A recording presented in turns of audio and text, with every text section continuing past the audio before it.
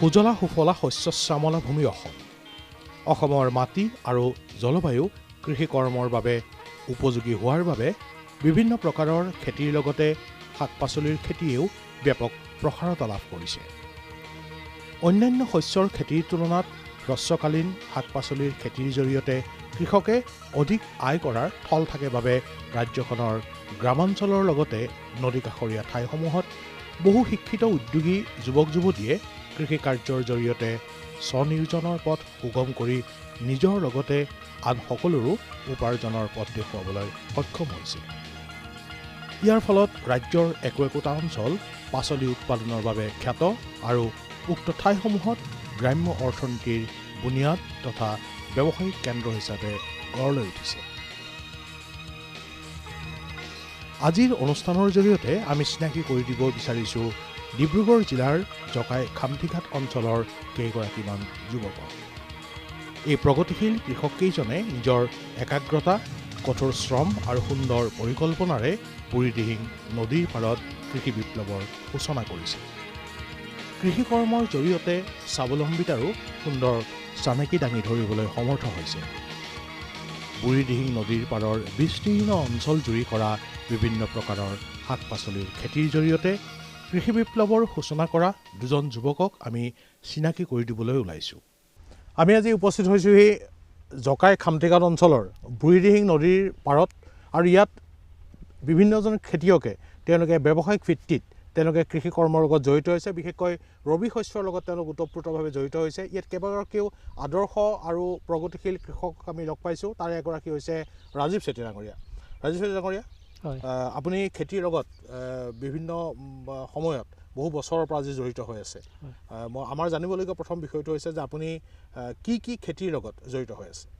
হয়, মই 2000 চনৰ পৰা কৃষি কৰ্মৰ লগত জড়িত, বিশেষকৈ ৰবি শস্যৰ লগত। ৰবি শস্য প্ৰধানকৈ মানে বন্ধাকবি, ফুলকবি, বিলাহী, জলকীয়া, বেঙেনা ইত্যাদি যিবিলাক ৰবি শস্য সকলোবিলাকে কৰোঁ কম বেছি পৰিমাণে। এটা বিশেষ প্ৰশ্ন আপোনালৈ আছে যে বিভিন্ন সময়ত আপোনালোকৰ নিচিনা যুৱকে চৰকাৰী চাকৰিৰ পিছত দৌৰে বা বিভিন্ন ধৰণৰ চাকৰিৰ পিছত দৌৰাৰ বিপৰীতে আপুনি কিন্তু এটা বিশাল অঞ্চলত আপুনি ৰবি শস্য জৰি অন্য খেতিয়কসকলকো বা অন্য যুৱতীসকলকো আদৰ্শ দেখুৱাবলৈ আপুনি সমৰ্থ হৈছে। কিয় আপুনি চাকৰিৰ পৰিৱৰ্তে এই খেতিক বাছি ল'লে? মই বিশেষকৈ আদৰ্শ বুলি নকওঁ বাৰু। বৰ্তমান মানে যিটো নিবনুৱা সমস্যা সেইটোৰ ওপৰত ভিত্তি কৰিয়ে মই 2000 চনতে মানে বিশেষ পঢ়া শুনাও নাই বাৰু, বিশেষ পঢ়া শুনাও কৰিব নোৱাৰিলোঁ যদিও সিমান আক্ষেপ নাৰাখি মই সেই লগৰ এজনৰে অকণমান মাটি আছিলে, তেওঁৱে মোক লগ ধৰি ইয়ালৈ লৈ আহিলে। সেই তেতিয়াৰ পৰাই মানে 2000 চনৰ পৰাই কৃষিৰ লগত জড়িত। 2000 চনৰ পৰা 2025 বছৰ, 25 চন আমি 26 চনত ভৰি দিছোঁ। গতিকে এই 25টা বছৰৰ যিটো সুদীৰ্ঘ পৰিক্ৰমা কৃষিৰ লগত জড়িত হৈ আছে আৰু যথেষ্ট আপোনাৰ অভিজ্ঞতা আছে, আৰু আপুনি অভিজ্ঞতাৰ পৰা কি ক'ব বিচাৰিব যিসকলে খেতিৰ লগত বা কৃষি কৰ্মৰ লগত, বিশেষকৈ ৰবিয়ে হওক বা খাৰিফেই হওক, এই শস্যৰ লগত যি জড়িত হ'ব বিচাৰে, খেতিৰ লগত জড়িত হ'ব বিচাৰে, তেওঁলোকক আপুনি কি ক'ব বিচাৰিব? কাৰণ আপোনাৰ 25 বছৰীয়া অভিজ্ঞতা আছে। অভিজ্ঞতাটো যথেষ্টই হৈছে, অভিজ্ঞতা লৈ কেতিয়াও শেষ নহয় বাৰু। বহুত সমস্যাও থাকে। বৰ্তমান যিবিলাক নিবনুৱা আছে তেওঁলোকো ওলাই আহক, মানে চাকৰিমুখী নহয়, যদি কৃষি কৰ্মৰ লগত জড়িত হ'ব বিচাৰে, যদি কিবা অভিজ্ঞতা দিব লাগে, যিখিনি জানো আমি অভিজ্ঞতা আছে সেইখিনি প্ৰয়োজন অনুসাৰে দিবলৈ। সাধাৰণতে কৃষকসকলৰ এটা বহু পুৰণি তেওঁলোকৰ এটা ক্ষোভ বা আক্ষেপ থাকে যে তেওঁলোকে খেতি কৰে কিন্তু খেতিৰ উচিত মূল্য তেওঁলোকে নাপায়। গতিকে উচিত মূল্য নোপোৱাৰ বাবে বহুতে খেতিৰ লগত জড়িত হ'বলৈ অলপ তেওঁলোকে হুহুকা পিছলা কৰে। খেতি কৰিম, যদি কৰোঁ আমি উচিত দাম নাপাম। কিন্তু আপোনাৰ আমি য'ত উপস্থিত আছোঁ চাৰিওফালে দেখিছোঁ বন্ধাকবিয়ে হওক, ব্ৰকলিয়ে হওক, বিলাহীয়ে হওক, জলকীয়াই হওক, বিভিন্ন ধৰণৰ খেতি আপুনি কৰিছে। গতিকে উচিত মূল্য পোৱাৰ যিটো আপোনালোকৰ যিটো ক্ষোভ বা আক্ষেপ, এই উচিত মূল্য আপোনালোকে কিয় নাপায় বা উচিত মূল্য দিয়াৰ বাবে আপোনালোকে কি আহ্বান জনাব বিচাৰিব? তেনেকৈ মানে কি স্থায়ীভাৱে বজাৰটো অকণমান সমস্যা হয়। বজাৰ মানে যিবিলাক কৃষিভিত্তিক বজাৰ থাকিব লাগে সেইবিলাক নাই। মানে পাৰ্মানেণ্টলি যি এখন বজাৰে দিব লাগে বুলি ইয়াত কৃষকসকলে বিকিব পাৰিব। এটা নিৰ্ধাৰিত ধাৰ্য কৰিব লাগে, ধৰি লওক বজাৰ থাকিব লাগে, সেইটোৱে আহ্বান। আৰু বজাৰ উচিত মূল্য আপোনালোকে নাপায়। কেতিয়াবা কি হয়, আপোনালোকে দেখি যে বজাৰত লৈ যোৱাতকৈ পেলাই দিয়াটোৱে আপুনি ভাবে, কাৰণ ইয়াত আপোনালোকে যিসকল খেতিয়ক আছে তেওঁলোকে নিজেতো শস্য চপাব নোৱাৰে, ফলত কাম কৰা মানুহ লগাবলগীয়া হয়। গতিকে তেওঁলোকে হাজিৰা দি যে এইখিনি খৰচ যিটো তেওঁলোকে কৰে, আপোনালোকে সেই খৰচ উভতাই নাপায়, খুব কম দামতে বিক্ৰী কৰিবলগীয়া হয়। ইয়াৰ কি কাৰণ বুলি ভাবে? কাৰণ উৎপাদনৰ কথা হয়, কেতিয়াবা অধিক উৎপাদন হ'লে বস্তুটো মানে হেৰি হয়, চব ফালৰ পৰা বস্তু ওলালে দামটো কমি যায়। আৰু সেইটো এটা ভাগ্য বুলিয়ে ক'ব লাগিব। এইটোত সিমান দুখ হেৰি কৰিও লাভ নাই। তেতিয়া আপোনালোকৰ কথা পাতি যথেষ্ট ভাল লাগিছে, আৰু যিসকল দৰ্শক আৰু শ্ৰোতাই অনুষ্ঠানটো চাই আছে তেওঁলোকক আপোনাৰ পৰা বহুত কথা জানিব পাৰিছে। আমি আপোনাৰ পৰা জানিব বিচাৰিম যে আপুনি ইয়াত কিমান বিঘা মাটিত খেতি কৰে? মই 12 বিঘা কৰোঁ। চব একেজাত শস্য লগোৱা নহয়, বিভিন্ন ধৰণৰ লগোৱা হয়। বন্ধাকবি, ব্ৰকলি, বগা ফুল, বিলাহী, বেঙেনা, জলকীয়া, ওলকবি, লাই শাক, প্ৰতিটো বস্তু। ব্ৰকলি কিমান? ব্ৰকলি মোৰ 1.5 বিঘামান আছে, বন্ধাকবি 2 বিঘামান আছে, বিলাহী 1.5 বিঘামান আছে, জলকীয়া 1.5 বিঘামান আছে, লাই শাক আছিলে 1 বিঘামান আছিলে, শেষ হ'ল। ওলকবি 1 বিঘালৈ কম হ'ব চাগে, তেনেকুৱা আছিলে। তাৰপৰা আকৌ বেঙেনা আছে প্ৰায় 2 বিঘা ওচৰা-ওচৰি। তেনেকৈ হয়। খেতি কৰিছে, তাৰ লগত বজাৰখনো জড়িত হৈ থাকে। গতিকে আপুনি এই বস্তুখিনি ক'ত বিক্ৰী কৰে? আপুনি নিজে বিক্ৰী কৰিবলৈ যায় নে কোনোবাই আহি ইয়াৰ পৰা লৈ যায়? প্ৰায় নিজে বিক্ৰী কৰা হয়। যেতিয়া এভেইলেবল হয়, নিজে বিকিবলৈ অলপ কষ্ট হয়, তেতিয়া আমি ডিব্ৰুগড় যিখন অভাৰব্ৰিজ হ'লচেল মাৰ্কেট, তাত লৈ পিনে গাড়ী দি পিনে লৈ যোৱা হয়। তাত কমিশ্যন আকাৰত দিয়া হয়, আৰু মানে কেজি হিচাপত কমিশ্যন হয়, তেনেকৈ বিকিবলৈ দিয়া হয়। মানে এবাৰতে যাওঁতে আপুনি কিমান লৈ যায়? প্ৰায় 15 কুইণ্টেল, 12 কুইণ্টেল, 10 কুইণ্টেল, কেতিয়াবা কম 5 কুইণ্টেল, তেনেকৈ মানে সাধ্য অনুসাৰে। মানে যেতিয়া বেছি ওলায় বেছিকৈ যায়, যেতিয়া কম হয় কমকৈ নিয়া হয়, তেনেকৈ নিয়া হয়। কিন্তু সেইখিনি আপুনি যেতিয়া খেতি কৰি লৈ যায়, মানে কেনেকুৱা ধৰণৰ কিবা অসুবিধাৰ সন্মুখীন হ'বলগীয়া হয় নেকি? তেনেকৈ নিবলৈ অসুবিধা নহয়, খালি দামটোহে তাৰতম্য হয়, কেতিয়াবা বেছি কেতিয়াবা কম। নিবলৈ অসুবিধা নহয়। এই বছৰ যিটো ৰবি শস্যৰ যিটো ছিজনত আপুনি এতিয়ালৈকে কি বজাৰত বিক্ৰী কৰিলে? মই প্ৰথমতে লাই শাক বিকিলোঁ। লাই শাক মোৰ অকণমান শেহতীয়া হ'ল।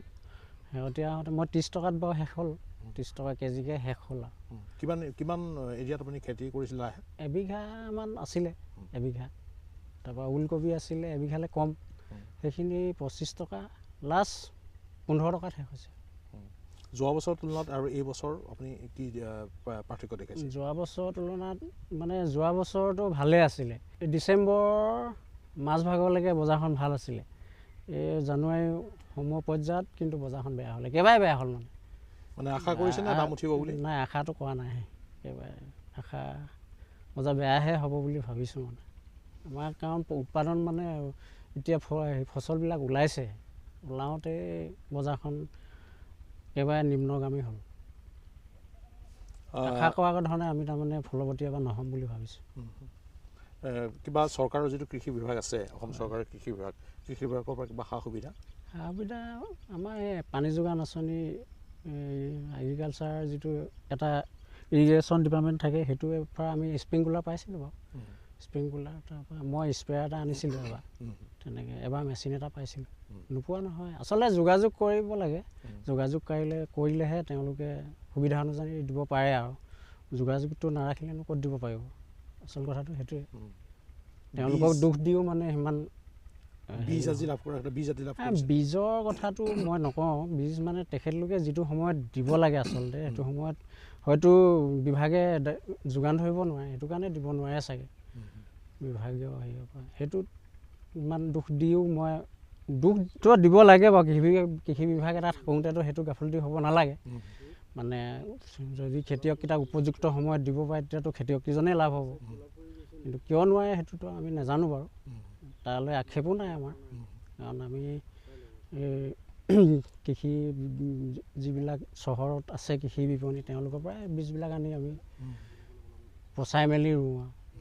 মানে কি অসুবিধাৰ সন্মুখীন হ'বলগীয়া হৈছে এইবিলাক কাম আপুনি কৃষিক যিটো ব্যৱসায়িক ভিত্তিত যিহেতু কৃষিক আপুনি লৈছে ব্যৱসায় ভিত্তিত গতিকে অসুবিধাটো হৈছোঁ বৰ্তমান মানে বীজবিলাকৰ এইবিলাক গুটিৰ দাম বহুত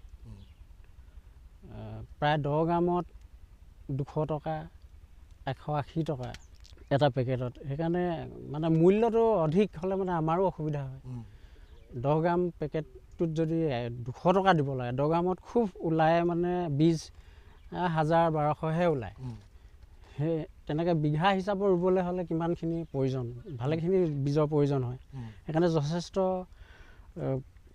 মূলধনো লাগে আৰু সাৰ বিশেষকৈ আমি দুইটাই কৰোঁ গোবৰো দিওঁ আৰু ৰাসায়নিক সাৰো দিওঁ এতিয়া ৰাসায়নিক সাৰৰ ইমানেই মূল্য কেতিয়াবা পোৱাও নাযায় কিছুমান আমাৰ বিভাগটো যেতিয়া আছে কৃষি বিভাগটো যিবিলাক আমিতো কৰিব জানোৱেই মানে উন্নত প্ৰযুক্তিটো লাগে বোলে ভাদ মাহতে বিলাহীটো কেনেকৈ উলিয়াব পাৰোঁ সেইবিলাক যদি জ্ঞান আমাক কৃষি বিভাগে দিয়েহি তেতিয়া হয়তো আমি আৰু খুব আগবাঢ়ি যাম বুলি ভাবোঁ তাৰ আপুনি কৈছে যে আপুনি প্ৰায় 12 বিঘা মাটিত খেতি কৰে গতিকে 12 বিঘা মাটিত বিভিন্ন প্ৰকাৰৰ খেতি কৰি আছে আপুনি কৈছে গতিকে 12 বিঘা মাটিত আচলতে অকলে খেতি কৰা সম্ভৱপৰ নহয় তাত আপোনাৰ কৰ্মচাৰীৰ প্ৰয়োজন হয় এই কৰ্মচাৰী যে আপুনি নিয়োগ কৰিছে বা নিয়োজিত কৰিছে এই সম্পৰ্কত আপুনি কওকচোন মানে গোটেই বিষয়টো মানুহ মই এবাৰ বাৰু পাৰ্মানেণ্ট নাই কিন্তু হাজিৰা হিচাপত আহে আমাৰ ওচৰৰ গাঁওবিলাকতে পোৱা যায় কেতিয়াবা মানে অসুবিধা হয় পাবলৈ মানে ডেইলি হিচাপত মানে গড় হিচাপত আৰু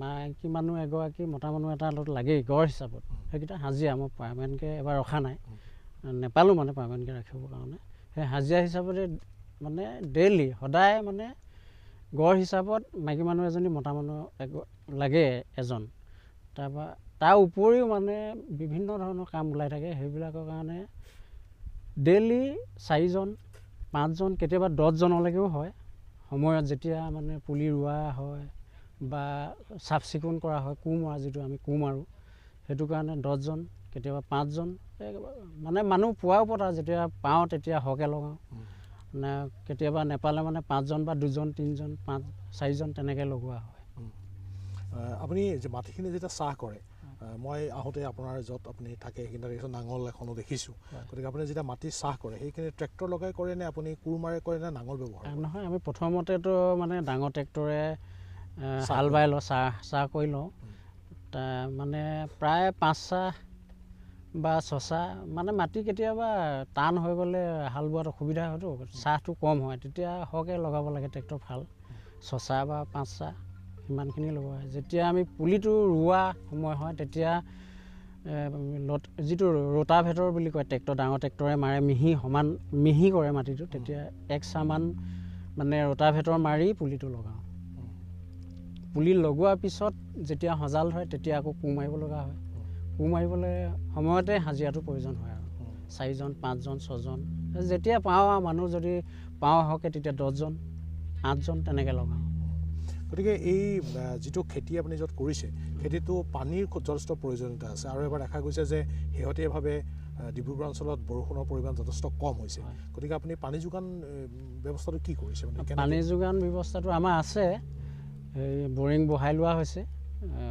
বৰিং মানে ইয়াত আমিতো বৃহৎ এটা এৰিয়া কেইবাজনো আছোঁ আমি মানে তেখেত প্ৰায় সীমামূৰীয়াকৈ বহাই লোৱা হৈছে মানে কেইবাজনো আছোঁ যিহেতু মানে প্ৰত্যেকৰ মানে খেতি পথাৰলৈ পানীটো যাব পৰাকৈ মানে ব্যৱস্থা কৰি লোৱা হৈছে বৰিং 2টা আছে আমাৰ মেচিনো তেনেকৈ মোৰ নাথাকিলেও বেলেগ এজনৰ আছে বা মোৰো আছিলে এতিয়া বেয়া হৈ আছে বাৰু সেই তেনেকৈ মানে গোটেইকেইজনে আমি সমান মিলেৰে কৰা হয় আৰু সেই যিটো মানে ইৰিগেশ্যন ডিপাৰ্টমেণ্টে যিটো স্প্ৰিংকুলাৰ দিছিলে আমাৰ 1 হেক্টৰ 1 হেক্টৰকৈ 1 হেক্টৰ সেই ব্যৱস্থাটো আছে আমি স্প্ৰিংকুলাৰে দিওঁ পানীৰ ক্ষেত্ৰত কোনো সমস্যা হোৱা নাই আপুনি যিহেতু কৃষক এখন প্ৰগতিশীল কৃষক মই আগতে কৈছোঁ যে এগৰাকী প্ৰগতিশীল কৃষকৰ যথেষ্ট পৰিকল্পনা থাকে তেনেকৈ পৰিকল্পনা অনুযায়ী কিন্তু কৃষি কৰ্মত জড়িত হৈ পৰে গতিকে দেখিছোঁ পৰিকল্পিতভাৱে আপুনি খেতি বাতি কৰিছে বিশেষ ৰবি শস্য ভৱিষ্যত কিবা পৰিকল্পনা আপোনাৰ আছে নেকি ভৱিষ্যত পৰিকল্পনা মানে কি আমাক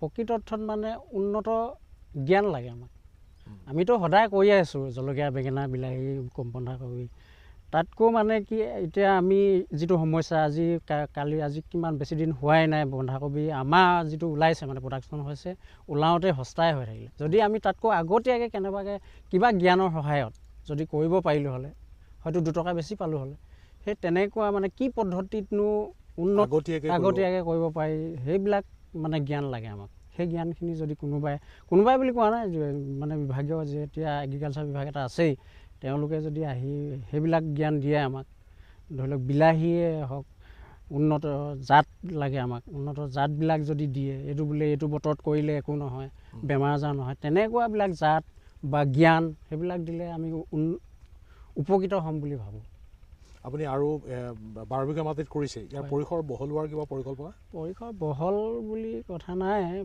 মানে এইখিনি মই যথেষ্ট বুলি ভাবিছোঁ 12 বিঘা মাটিও মানে কম নহয় চম্ভালিবলৈ অকণমান দিগদাৰ হয় যিহেতু অকলশৰীয়া সেই হাজিৰা যেতিয়া মানে কৰ্মচাৰী পাওঁ তেতিয়াহে মানে 12 পৰা 14 পৰা 15 কৰাৰ পৰিকল্পনা আপোনাৰ হাতত নাই প্ৰথমতেতো আমি 3.5 বিঘা মাটিতে দুজনে কৰিছিলোঁ এতিয়া যথেষ্ট পৰিসৰ হ'ল 3.5 বিঘাৰ পৰা 12 বিঘা যথেষ্ট আগবাঢ়িছে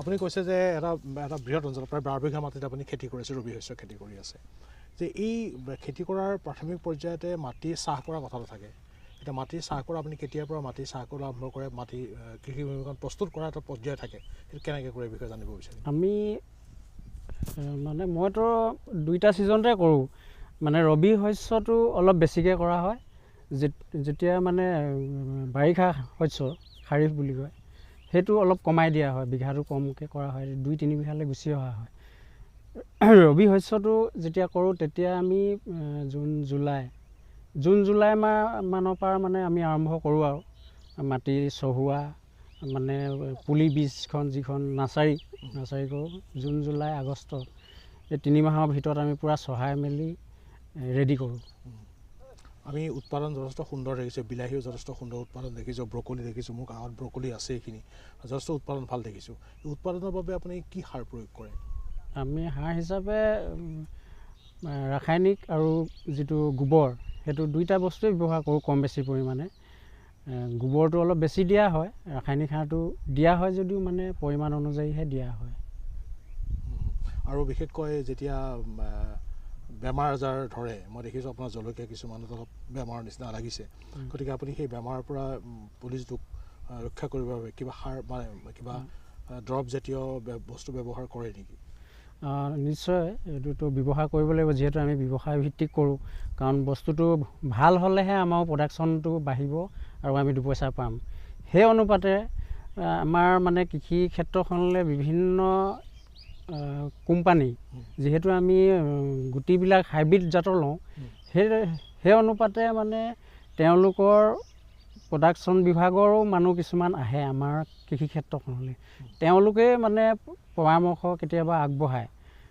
বোলে এইটো বেমাৰ লাগিলে এইটো দৰৱ দিব কিছুমান অৰ্গেনিক পদ্ধতিৰ অৰ্গেনিক যিবিলাক কোম্পানী আছে তেওঁলোকো আহে ৰাসায়নিক কোম্পানীবিলাক আছে তেওঁলোকো আহে আমি তেতিয়া ক্ষেত্ৰখনলৈ লৈ গৈ এইটো বেমাৰ এতিয়া জলকীয়া দেখিছে আপুনি অলপ কোচ খাই গৈছিলে তেওঁলোকে আমাৰ প্ৰথমতে আমাৰ য'ৰ পৰা বীজটো লোৱা হয় তেওঁলোকে বিপণীৰ সেই দোকানীজনে তেওঁলোকৰ কোম্পানীক খবৰ দিয়ে আমিও সেই মানে কওঁ যে দোকানীজনক কওঁ মোক এনেকুৱা বেমাৰ এটা হৈছে কিবা দৰৱ আছে নেকি তেতিয়া সেই মানে কোম্পানী এজেণ্টবিলাক আহে যেতিয়া দোকানীখনলৈ তেওঁলোকে খবৰ দিয়ে তেওঁলোকৰ কোনোবা এজন আহি আমাৰ পৰিদৰ্শন কৰে তেতিয়া মানে সেই গছজোপাত কি বেমাৰ লাগিছে বা কি পোক লাগিছে সেই বস্তুটো চাইহে আমাক ঔষধটো দিয়ে না আপুনি কৈছে গোবৰ সাৰ আপুনি প্ৰয়োগ কৰে লগতে ৰাসায়নিক সাৰৰ প্ৰয়োগ কৰে গোবৰটো এটা অৰ্গেনিক সাৰেই বাৰু আৰু অন্যান্য কিবা আৰ্টিফিচিয়েল অৰ্গেনিক সাৰ ব্যৱহাৰ কৰে আৰ্টিফিচিয়েল তেনেকৈ নিজে একচুৱেলি প্ৰস্তুত কৰা নহয় মানে দোকানত যিবিলাক কিছুমান অৰ্গেনিকো আহে ৰাসায়নিকো আহে আমি মানে যেতিয়া যিটো মানে ভাল বুলি ভাবোঁ আৰু সেই বস্তুটোকে ব্যৱহাৰ কৰোঁ আমি দেখিছোঁ যে আপুনি বিলাহীও এটা বৃহৎ অঞ্চলত আপুনি বিলাহী খেতি কৰিছে কিমান বিঘা মাটিত বিলাহী কৰিছে আপুনি মোৰ বিলাহী এতিয়া বৰ্তমান 1.5 বিঘামান আছে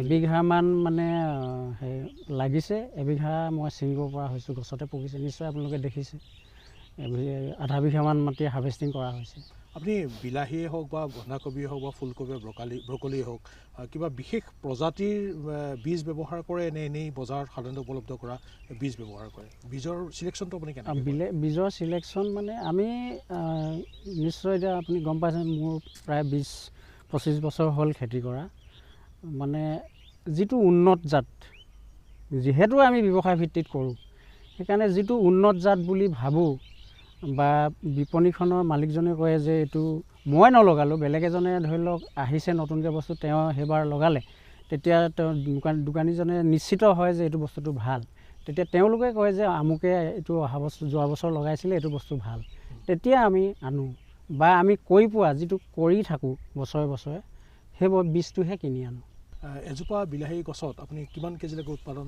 আপোনাৰ হয় মোৰ যিখিনি এতিয়া বৰ্তমান হাৰ্ভেষ্টিং কৰি আছোঁ সেইখিনি মই লগাওঁতে অকণমান মানে বতৰ বিঘিনি পথালিৰ কাৰণে গছখিনি বাহন ক্ষমতাটো অলপ কম হ'ল সেইকাৰণে এবাৰ প্ৰায় এতিয়া বৰ্তমান 3 কেজি বা 4 কেজিৰ ভিতৰত লাগি আছে এজোপা গছত এনেই হ'ব সাধাৰণতে এজোপা গছে ফুল মেচিয়ৰিটি হ'লে 7 কেজি 8 কেজিলৈকে প্ৰডাকশ্যন দিয়ে যোৱা বছৰ তুলনাত আৰু এই বছৰ তুলনাত কিবা বিলাহী প্ৰডাকশ্যন মই দেখাত বা মোৰ যিখিনি লাগিছে মইতো সন্তোষজনকে বাৰু মই ভবামতে হৈছে বুলি ভাবিছোঁ মই এতিয়া যিখিনি মই হাৰ্ভেষ্ট কৰা নাই মই ছিঙা নাই পকা নাই সেইখিনিতো যথেষ্ট বিলাহী লাগিছে নিশ্চয় আপোনালোকে দেখিছে যথেষ্ট বিলাহী লাগিছে ইয়াত কিমানমান আপোনাৰ দৰে প্ৰগতিশীল খেতিয়কে খেতি কৰিছে এই ৰবি শস্যৰ খেতি প্ৰায় 200-250 ওপৰত হ'ব কৃষক আছে যথেষ্ট অভিজ্ঞ তেওঁলোক আজি বছৰ ধৰিয়ে কৰি আছে কিছুমানে পাৰ্টনাৰশ্বিপতো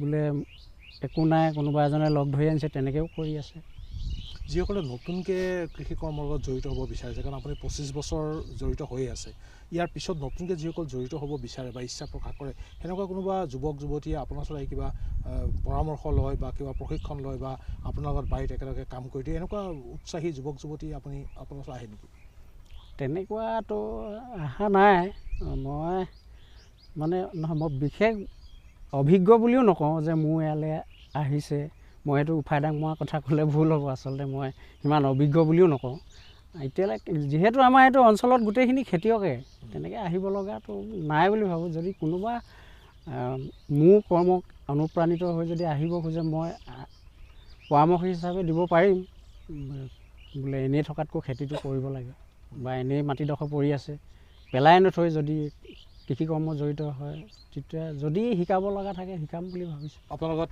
যেতিয়া কথা পাতি যথেষ্ট ভালেই লাগিছে কৃষিৰ বিষয়ে আমিও বহুত নতুন কথা আপোনাক শিকিব পাৰিছোঁ আমি এতিয়া আপোনাৰ সন্মুখত দেখিছোঁ আপুনি ব্ৰকলি সাজু কৰি ৰাখিছে বজাৰলৈ নিবৰ বাবে নিশ্চয় আপুনি দৈনিক এইদৰে ব্ৰকলি বা বন্ধাকবি বা ফুলকবি আপুনি দৈনিক এইদৰে বজাৰ লৈ যায়নে হয় মই আজি ব্ৰকলি প্ৰায় 5 কুইণ্টেলমান হ'ব কটা হৈছে মই কাইলৈ ৰাতিপুৱা ডিব্ৰুগড় যিখন অভাৰব্ৰিজ হ'লচেল মাৰ্কেট তালৈ লৈ যাম তাত কি দৰ হয় সেইটো মই মানে প্ৰতিদিনে দৰটো সলনি হৈ থাকে 20 টকা হ'লে ধৰি লওক আৰু নেক্সট দিনা 18 টকা 15 টকা তেনেকুৱাও হ'ব পাৰে কোনো মানে মূল্যটো নিৰ্ধাৰণ কৰিবলৈ অকণমান দিগদাৰ হয় বজাৰৰ দামটো উঠা নমা কৰি থাকে এইটো এটা বেলেগ বিষয় তথাপি আপুনি প্ৰতিদিনে কিমান কুইণ্টেল লৈ যায় বজাৰলৈ প্ৰতিদিনে বুলি নহয় মই মানে সপ্তাহত 3 দিনমান চিঙা হয় আৰু শনিবাৰ তাৰপৰা মাজতে বুধবাৰ এদিনত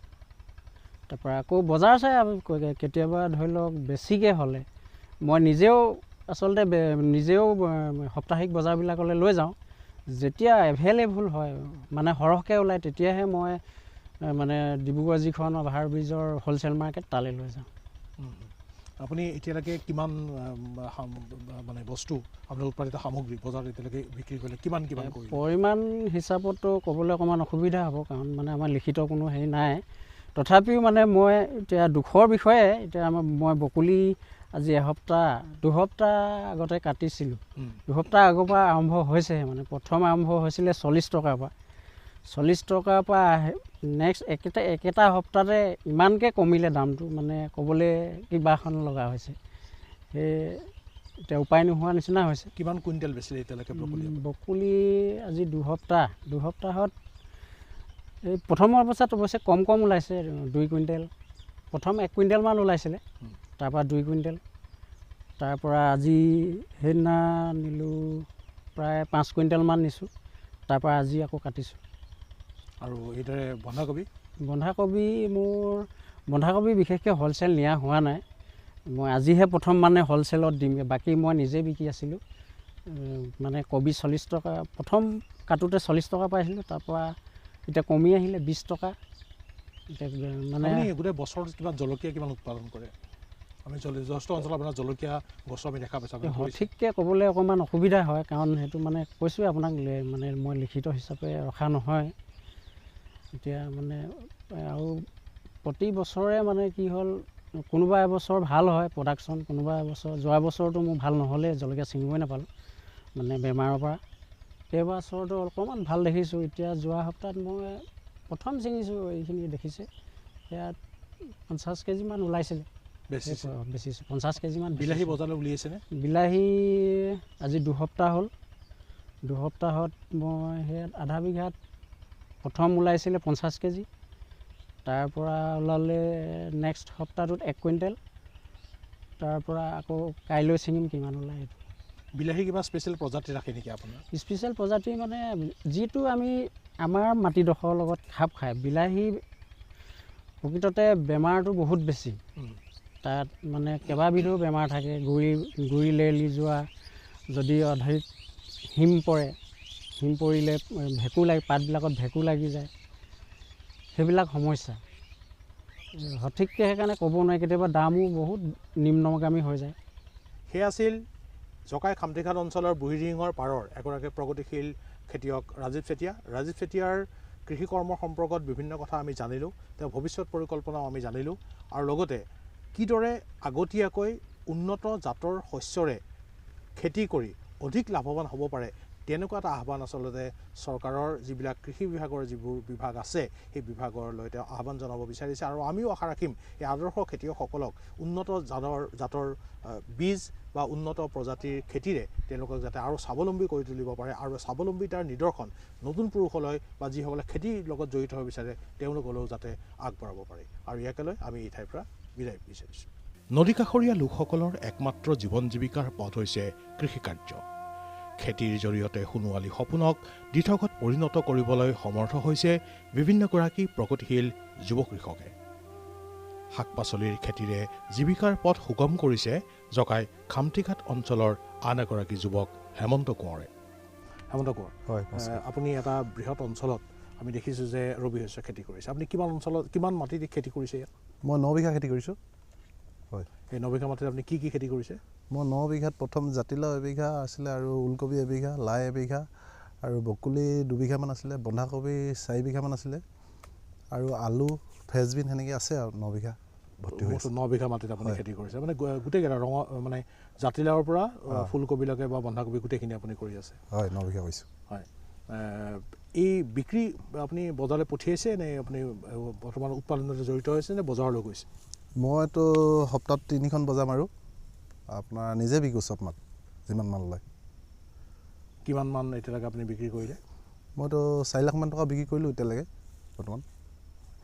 উৎপাদনৰ লগত মানে খেতিৰ উৎপাদনৰ লগত আপুনি কি কি সমস্যাৰ সন্মুখীন হ'বলগীয়া হৈছে? উৎপাদনত সমস্যা তেনেকৈ নাই, বৰষুণ পানীটো এবছৰ নাই, ডাইৰেক্ট মেচিন দি পানী উলিয়াই দিয়া হৈছে, তেতিয়া অলপ প্ৰব্লেম এটা হৈছে, কাৰণ যিটো সূৰ্য তাপ পৰে, যিমান মেচিনৰ পানী দিলেও কাম নকৰে। এইটো কাৰণে অলপ গছবিলাক যিমান হ'বলগীয়া আছিলে সিমান হোৱা নাই। বৰষুণ নোহোৱাৰ কাৰণে অলপ অসুবিধা হৈছে, এজাক দুজাক বৰষুণ লাগিছিলে। বৰষুণ কম হোৱাৰ কাৰণে কিবা সমস্যা হৈছে নেকি? সমস্যাটো হৈছে যিমান আগবাঢ়িব লাগে আৰু বৰষুণটো পাই যোৱা হ'লে মই কম 20 দিনমান আৰু এডভান্স চলিব দিন এতিয়া বৰষুণ নোপোৱাত মেচিন পানী দিয়ে কৰিবলগীয়া হৈছে আৰু এই ক্ষেত্ৰত আপুনি উৎপাদনৰ লগত যিহেতু জড়িত হৈছে কৃষি কৰ্মৰ লগত আপুনি চৰকাৰৰ যিবিলাক বিভাগ আছে জলসিঞ্চন বিভাগ হওক বা কৃষি বিভাগ হওক এই বিভাগবিলাকৰ পৰা আপুনি কি সুবিধা লাভ কৰিবলৈ সমৰ্থ হৈছে মইতো তেনেকৈ একোৱে পোৱা নাই আজিলৈকে স্প্ৰে এটাও পোৱা নাই আৰু গুটি এটাও পোৱা নাই আৰু আপোনাৰ গ্ৰীণ হাউচ কিছুমান এই ওচৰে পাঁজৰে দেখিছোঁ কঠিনে এনেই পেলাই থৈছে দি থৈছে সেইবিলাকতো একো পায়ে পোৱা নাই এতিয়ালৈকে স্প্ৰে এটাও পোৱা নাই আপুনি যিবিলাক উৎপাদন কৰে সেই উৎপাদনৰ সামগ্ৰীসমূহ বজাৰত আপুনি নিজে লৈ যায় নে কোনোবা মধ্যভোগীৰ জৰিয়তে বিক্ৰী কৰিবলগীয়া হয় মই বাৰীত প্ৰায় মাল আছে আপোনাৰ বাৰীতে প্ৰায় গুচি যায় অলপমান তাৰপাছত মই সপ্তাহত 3খন বজাৰ মাৰোঁ 10 কুইণ্টেল 3খনত 30 কুইণ্টেল গুচি যায়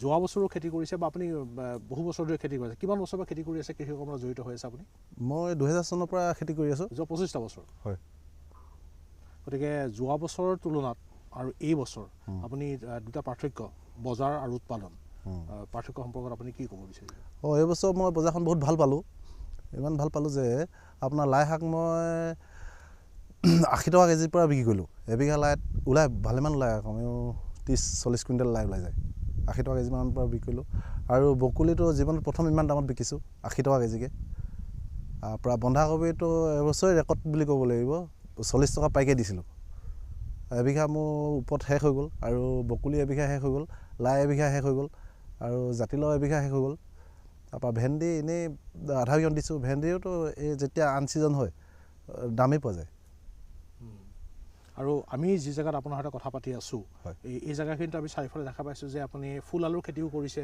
বন্ধাকবিও লগাইছে ইয়াত ব্ৰকলিও লগাইছে আগৰখিনিৰ লগত আৰু এইখিনি এই কথাটোৰ পাৰ্থক্যটো এইখিনি খুব বন্ধাকবি বান্ধিবলৈ আৰম্ভ কৰিছেহে বা ব্ৰকলিখিনি ফুলিবলৈ আৰম্ভ কৰিছেহে কিন্তু আপুনি বজাৰত বিক্ৰীও কৰিলে সেইখিনি খেতিৰ লগত আৰু এইখিনি খেতি মানে কিয় আপুনি বেলেগে বেলেগে কৰিবলগীয়া হয় কাৰণ মই সেইখিনি আগতীয়া কৰোঁ প্ৰায় সেইখিনি 1 মাহমান আগতীয়া কৰোঁ ইমানখিনি চম্ভালিব নোৱাৰি ন একেৰাহে 9 বিঘা সেইকাৰণে 7 বিঘাটোৰ ওপৰত এটা প্লট আছে মোৰ আগতীয়াকৈ কৰি দিওঁ কৰি পেলাওঁ একেবাৰে তাৰ পাছত সেইখিনি কৰা এটাৰ পাছত 1 মাহ 1.5 মাহ পাছতহে সেইখিনি মই পচাই মেলি আকৌ পাছতীয়া লগাওঁ আৰু উৎপাদন যোৱাবাৰতকৈ এইবাৰ বেছি বৃদ্ধি পাইছে নে যোৱা বছৰ বেছি আছিল এইবাৰ কম হৈছে মই এইবাৰ বেছিয়ে পাইছোঁ উৎপাদন যোৱা বছৰৰ তুলনাত বেছিয়ে পাইছোঁ আপুনি এটা আমি আপোনাৰ লগত যেতিয়া আনঅফিচিয়েলি কথা পাতিছিলোঁ আপুনি এটা খুব গুৰুত্বপূৰ্ণ কথা কৈছিলে যে গোটেই খেতিৰ প্ৰডাকশ্যনৰ যিটো আপোনাৰ যিটো খৰচ হয় আপুনি দুটা খেতিৰ পৰা খৰচখিনি উলিয়াই আৰু বাকী খেতিখিনি আপোনাৰ প্ৰফিটত আপুনি ৰাখে এই বিষয়টো আমাৰ যিসকলে দৰ্শক আৰু শ্ৰোতা এই অনুষ্ঠানটো চাইছে তেওঁ জানিব বিচাৰিব আপুনি খুব ছিষ্টেমেটিকেলি বা বুদ্ধিৰে আপুনি এটা খেতি কৰিছে এই বিষয়টো আপুনি অকণ কওকচোন মই যেতিয়া আহোঁ আপোনাৰ আহিনত আহোঁ মই ইয়াত খেতি কৰিবলৈ আহিনত আহোঁ খেতি কৰিবলৈ হাল এবিঘা 2 বিঘা জোখৰ হাল মই আগতীয়াকৈ পূৰা হাল বাই লওঁ 10 চাহ 8 চাহ বাই একদম বোকাই পানী হেনো ফেনেকি হাল বৰষুণ দিলেও হাল বাই ৰেডি কৰি দিওঁ মাটিটো তাৰপাছত পুলি পচাওঁতেই মই জাতিলাও এবিঘা আগতীয়াকৈ দিওঁৱে প্ৰতি বছৰে আৰু লাই এবিঘা দি দিওঁ আগতীয়াকৈ লাই মৰক জিয়ক পাছৰ কথা বুলি কৈ দি দিওঁ তাৰপাছত আৰু ভেন্দি এবিঘা দি দিওঁ ভেন্দি যেতিয়া আপোনাৰ বেলেগৰ গছ মৰে মোৰ এই গছ জাতটো হ'ল আপোনাৰ পাছতীয়া জাত এই জাতটো দি দিয়াৰ লগে লগে আপোনাৰ এডাল ভেন্দিৰ পৰা আপোনাৰ 10টা ঠাল মেলে আপোনাৰ য'ত আধা বিঘাত হ'ব আপোনাৰ 1 চিঙাত 1 কুইণ্টেলমানকৈ ওলায় ভেন্দি হ'ল আপোনাৰ সপ্তাহত 4বাৰ ছিঙিবলগীয়া হয় সপ্তাহতে 4 কুইণ্টেল ভেন্দি ওলায় সেইকেইটা খেতি কৰি মই বাৰী আপোনাৰ 2 বিঘা বা 2.5 বিঘা মাটিত গোটেই খৰচাটো বাৰী ওলাই পৰে একেবাৰে বাকী যিখিনি থাকে উৎপাদন সেইখিনি আপোনাৰ প্ৰফিট হয় এইখিনি বাকী মোৰ 7 বিঘা খেতি প্ৰফিট বুলিয়ে ভাবোঁ মই খুব এটা গুৰুত্বপূৰ্ণ তেওঁ বিষয় এটা কৈছে যিসকলে আধুনিক আৰু বিজ্ঞানসন্মতভাৱে বা ব্যৱসায় ভিত্তিত খেতি কৰিব বিচাৰে তেওঁলোকৰ কাৰণে কিন্তু এটা খুব এটা সুন্দৰ এটা টেকনিক এটা বুলি ক'ব পাৰে এই টেকনিক এটা কিন্তু তেওঁ আমাৰ হেমন্ত কুমাৰ ডাঙৰীয়াই কৈছে আৰু এটা বিষয়ে আমি কুমাৰ আপোনাৰ পৰা জানিব বিচাৰিম এই অঞ্চলৰ বিভিন্ন কৃষকৰ লগত প্ৰগতিশীল কৃষকৰ লগত যেতিয়া আমি কথা পাতিছিলোঁ তেওঁলোকে এটা কথা কৈছে যে আগতীয়াকৈ খেতি কৰিব পৰা যিটো ব্যৱস্থা বা বিজ্ঞানসন্মতভাৱে খেতি কৰিব পৰা ব্যৱস্থা এতিয়াও বহু কৃষকে কিন্তু পোৱা নাই গতিকে আগতীয়াকৈ কোনবিধ খেতি কৰিলে বেছি লাভ হ'ব কোনটো প্ৰজাতিৰ খেতি কৰিলে বেছি উৎপাদন হ'ব এই সম্পৰ্কত আপুনি কিবা চৰকাৰী প্ৰশিক্ষণৰ প্ৰয়োজন আছে বুলি আপুনি ভাবে নেকি প্ৰয়োজন আছে তেখেতসকলে যদি আহি আমাক কয়হি যে এইটো জাত হ'ল পাছতীয়া, এইটো আপোনালোকে এই আগষ্ট ছেপ্টেম্বৰ মাহত এইটো নপচাব, এইটো হ'ল পাছতীয়া, সেনেকৈ ধৰণে যদি কয়হি। কিছুমান আমাক গুটি দোকানে কয় এইটো নি লাভ নহ'ব তোমাৰ, এইটো হ'ল 1 মাহ পাছতীয়া, যিমান আগত লগা কিন্তু পাছত ওলাব, সেনেকৈ কাৰণে আমি সেইবিলাক গুটি নানো। এই ওচৰতে আছে ডেকা বুঢ়া বুলি কয়, তেখেতে আমাক খালি সকলো কথা কয়, তুমি যে আগতীয়া নিছা ভাল কৰিছা, যদি এতিয়া নিয়া কিন্তু পাছতীয়া গুটি নিয়া, তেনেকুৱা ধৰণে কয় আৰু ইয়াৰ যিবিলাক বীজ, এই সম্পৰ্কত আপুনি কি ক'ব বিচাৰিব? এই যিবোৰ বীজ, এই বীজবিলাকতো আপোনাৰ বহুত দামী বীজ হয়। এই বকুলি ফুল দেখিছে আপোনালোকে, সেই ফুলকবি আপোনাৰ 10 গ্ৰাম বকুলি দাম আপোনাৰ 700 টকা।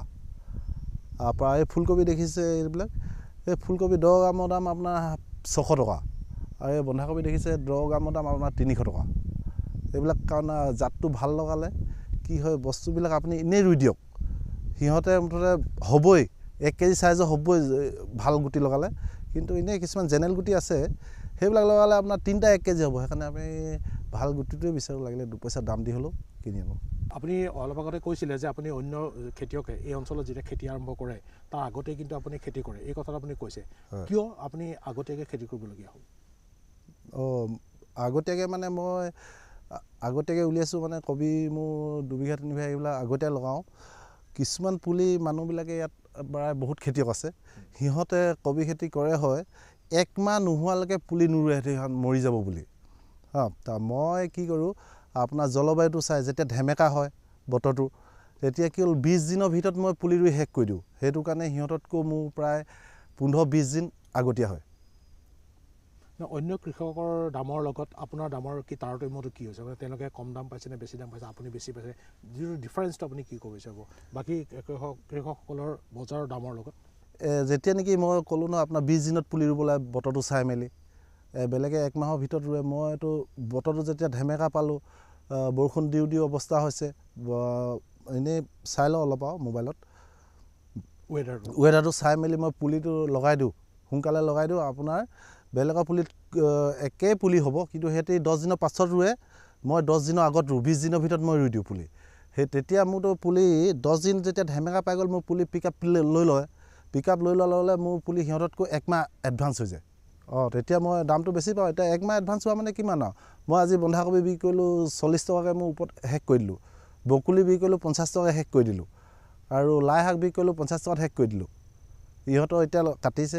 আপুনি কৈছে যে আপুনি মুঠ 9 বিঘা মাটিত ৰবি শস্য কৰি আছে, এটা পাৰ্টত 7 বিঘা, এটা পাৰ্টত 2 বিঘা, গতিকে 9 বিঘা। এই 9 বিঘাৰ পৰা বঢ়োৱাৰ কিবা পৰিকল্পনা আছে বা অন্যান্য কিবা কৃষি কৰ্মৰ লগত জড়িত হয় কিবা অন্যান্য পৰিকল্পনা আপুনি কৰিছে নেকি? মইতো 9 বিঘাৰ পৰা ওপৰত নবঢ়াওঁ বুলি ভাবিছোঁ, কাৰণ আজিৰ ডেটত আপোনাৰ মানুহ পাবলৈ নাই খেতি কৰিবলৈ। আজিৰ ডেটত আজি 5টা মাতিব মানুহ, আকৌ ঘৰলৈ যাব লাগিব, আকৌ ফোন কৰিলেও ৰিচিভ নকৰে, সেনেকুৱাকৈ অলপ অসুবিধা এটা হয়। কিন্তু আৰু নবঢ়াওঁ, ইমানে 9 বিঘা খেতি কৰি ধুনীয়া স্বাৱলম্বী হৈছোঁ। আৰু ভৱিষ্যতে কিবা পৰিকল্পনা আছে নেকি কৃষিৰ লগত? কৃষিৰ লগততো পৰিকল্পনা প্ৰতি বছৰে থাকিব। আপোনাৰ এতিয়া জাষ্ট মোৰ 4 বিঘা প্লট শেষ হৈছে, ইয়াত লগাম মই পাছতীয়াকৈ ৰঙালাও 2 বিঘামান লগাম, তাৰপৰা আপোনাৰ ৰঙালাও 2 বিঘা লগাম, জলকীয়া 2 বিঘা কাৰণে পচাই থোৱা আছে, এইখিনি লগাই সামৰণি মাৰিম বুলি ভাবিছোঁ। এই বছৰটোৰ সামৰণি মাৰিব আপুনি? এই জকাই খামটিঘাট অঞ্চলত কিমান কৃষক জড়িত হৈছে বা কিমান বিঘা মাটিত খেতি হৈছে বা কিমান মান উৎপাদন হৈছে, আপুনি এটা আনুমানিক তথ্য এটা দিব নেকি?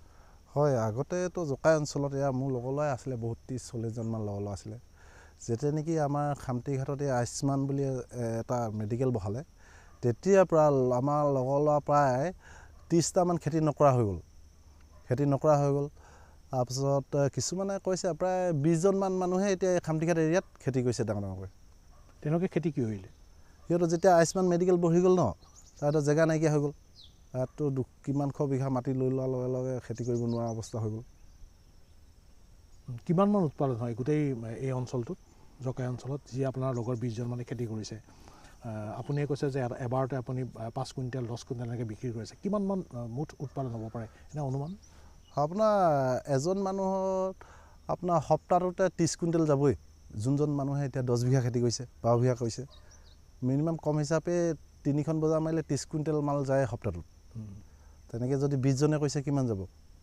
সেই হিচাপত আপোনাৰ উৎপাদনতা হৈ আছে হয় এয়া আছিল জকাই খামঠিঘাট অঞ্চলৰ এগৰাকী প্ৰগতিশীল কৃষক হেমন্ত কোঁৱৰ ডাঙৰীয়াই মুঠ 9 বিঘা মাটিত ৰবি শস্যৰ খেতি কৰি আছে বিভিন্ন খেতি কৰিছে আপুনি ব্ৰকলিৰ পৰা ফুলকবি ফুল আলু বেঙেনা বিলাহী জাতিলাও আদি জলকীয়াকে আদি কৰি বিভিন্ন ৰবি শস্যৰ লগত তেওঁ ওতঃপ্ৰোতভাৱে জড়িত হৈছে এটা বৃহৎ উৎপাদনৰ লগতো তেওঁ জড়িত হৈছে আৰু খুব বুদ্ধিৰে বা বিজ্ঞানসন্মতভাৱে তেওঁ এই ৰবি শস্যৰ লগত জড়িত হৈ আছে কৃষি কৰ্মৰ দ্বাৰা স্বাৱলম্বী হোৱা উদ্যোগী যুৱকজনে বৰ্তমান সময়ত জীৱনটোক সুন্দৰভাৱে আগুৱাই নিবলৈ সক্ষম হৈছে বুলি জানিবলৈ দিয়াৰ লগতে তেখেতৰ কৃষি কৰ্মৰ বিষয়ে আমি বিভিন্ন কথা পাতিছিলোঁ কৃষকসকলৰ উদ্যম পৰিশ্ৰমী মনোভাৱ বিজ্ঞানসন্মত পদ্ধতি আৰু সুপৰিকল্পনাৰ দ্বাৰা অসমতো কৃষি বিপ্লৱে গা কৰি উঠিব আৰু গ্ৰাম্য অৰ্থনীতি টনকিয়াল হৈ পৰিব অসমৰ গ্ৰাম্য অঞ্চলৰ মূল ভেটি হৈছে কৃষিয়েই হৈছে কৃষকৰ প্ৰাণ পথাৰ আৰু বজাৰত আধিপত্য স্থাপনৰ বাবে ডিব্ৰুগড় জিলাৰ অন্তৰ্গত জকাই খামটিঘাট অঞ্চলৰ এইসকল প্ৰগতিশীল কৃষকে শাক পাচলিৰ খেতিৰ জৰিয়তে কঁকালত টঙালি বান্ধিছে শূন্যৰ পৰা আৰম্ভণি যাত্ৰাৰে এওঁলোকে বৰ্তমান একোজন আদৰ্শ কৃষক হিচাপে পৰিচয় লাভ কৰিবলৈ সক্ষম হৈছে এইসকল যুৱ কৃষক হৈৰক নৱপ্ৰজন্মৰ বাবে আদৰ্শ স্বৰূপ